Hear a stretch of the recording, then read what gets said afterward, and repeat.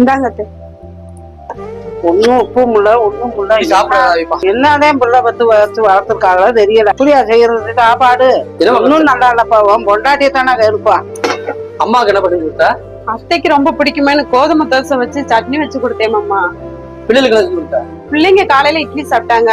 மத்தியானத்து பிள்ளைகளுக்கு ரொம்ப பிடிக்குமேனு காளான் பிரியாணி வச்சு தயிர் வெங்காயம் வச்சு கொடுத்தேன். உங்களுக்கு ரொம்ப பிடிக்குமேனு முருங்கைக்கீரை வச்சிருக்கேன் மாமா. சரிப்பா, எனக்கு சத்தியாமா உன் மருமகளை பாத்தீங்களா? நமக்கெல்லாம் என்னென்ன பிடிக்கும்னு அவ பார்த்து சமைச்சுக்கிட்டு இருக்கா. ஆனா அவளுக்கு என்ன பிடிக்கும்னு ஒன்ன கூட சமைச்ச கிடையாது.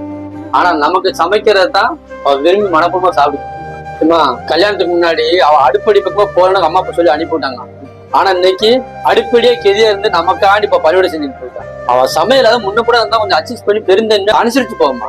அவள் திட்டாதம்மா, நமக்காக தான் கஷ்டப்படுறா.